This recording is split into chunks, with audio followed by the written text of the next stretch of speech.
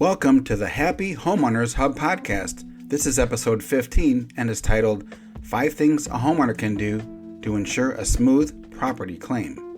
If you've ever gone through a property claim, you know it can feel like stepping into an escape room blindfolded and trying to find your way out. One minute you think you understand the process, and the next minute you're asking yourself, wait, what is depreciation again? What does ACV mean? Today, I want to give you 5 practical and actionable steps you can do to make your claim smoother, less stressful, and far more predictable. Because pillar number 2 of the Happy Homeowners Hub is knowledge is power and can reduce anxiety. Let's get into it, shall we? Welcome to the Happy Homeowners Hub Podcast, where we share real-life stories, break down the lessons, mistakes, and wins that can save you time, money, and stress on navigating your property claim, buying your first home, selling your home by owner, and home maintenance, repairs, and remodeling tips. I am your host, Fred Turner, and each week I'll guide you through these 4 topics. Action step number 1, know your policy before you need it. This sounds simple, but not very common. Most homeowners don't read their insurance policy until a tree falls on their house, they have a flooded basement, or their teenage son hits the side of their garage. Here's a real-life story I call, Why Isn't It Fully Covered?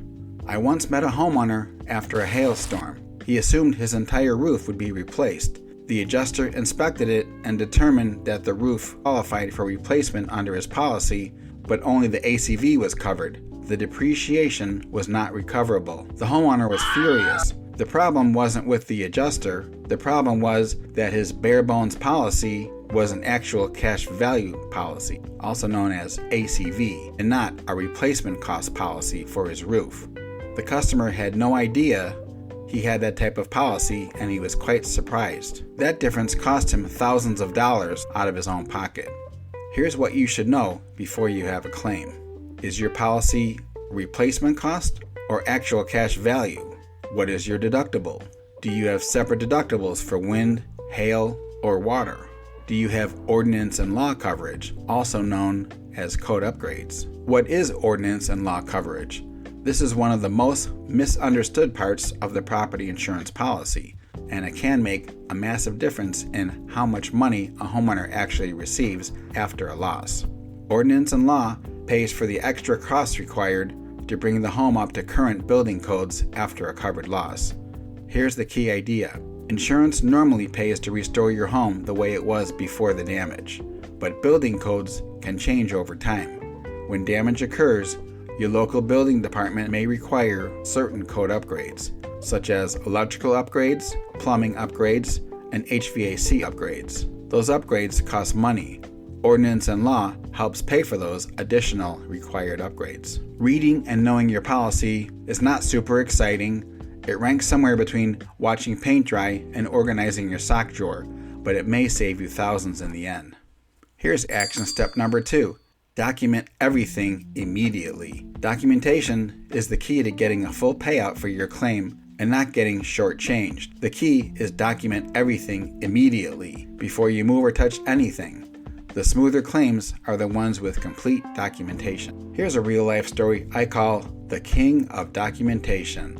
A homeowner called me after a pipe burst in his finished basement. When I arrived, he had already taken 150 photos, he had a video of the entire basement, he had a list of the damaged items, he even had model and serial numbers of his electronics that were damaged. The adjuster walked in and said, "Well, this makes my job really easy."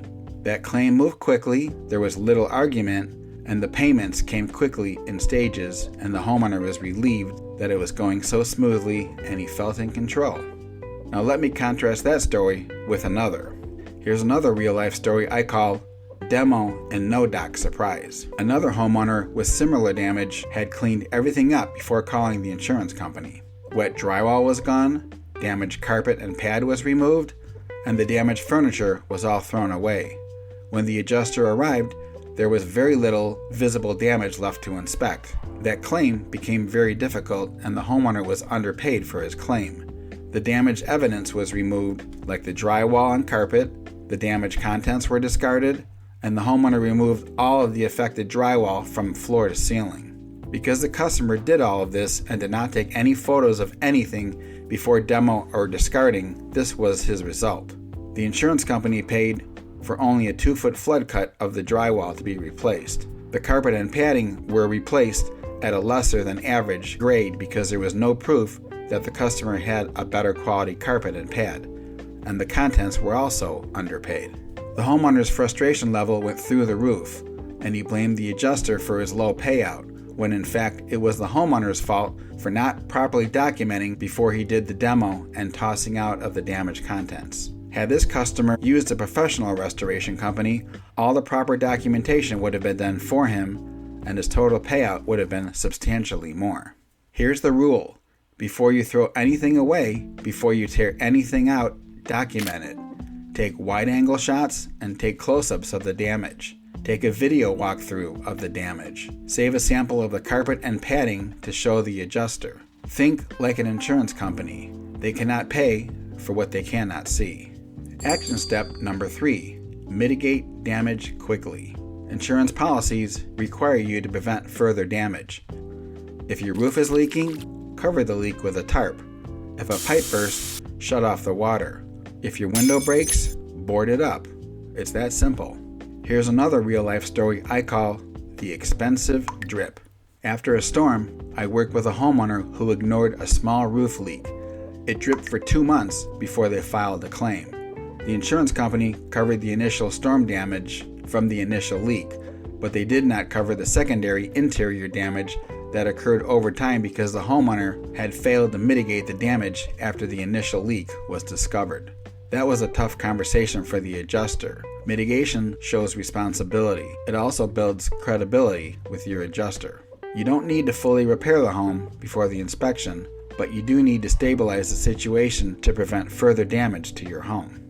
Action step number 4, communicate clearly and professionally. You don't have to be aggressive to be effective. Adjusters are people too, with families and feelings. Clear communication makes a claim much smoother. Here are some simple communication items for you to follow.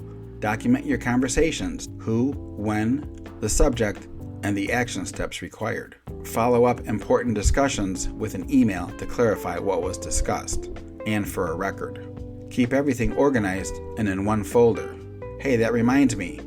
I wrote a book called The Happy Homeowners Claim Documentation Booklet that would be perfect for this, available on Amazon.com. You can get more details from my website, happyhomeownershub.com. When homeowners lose track of paperwork, estimates, and invoices, confusion usually follows. One homeowner I worked with kept everything in a binder: every invoice, every email printed, every estimate, and the adjuster actually commented how incredibly organized she was.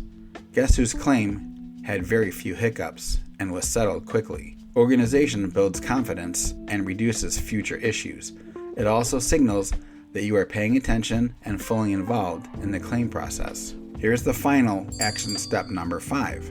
Work with qualified professionals. This one really matters. Choose contractors who understand insurance work. Not every contractor understands line item estimates, depreciation, overhead and profit, or supplements. I recommend working with preferred contractors, as the insurance companies work with these contractors regularly, and they're also required to have higher amounts of insurance. They use the same estimating software, which makes it much easier to communicate with the insurance companies. They understand how to document the claim properly and submit supplements if needed.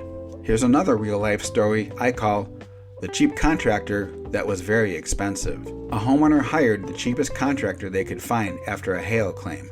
The contractor underbid the job significantly just to get it. Halfway through the project, the contractor realized they had underpriced the roof and they started to cut corners.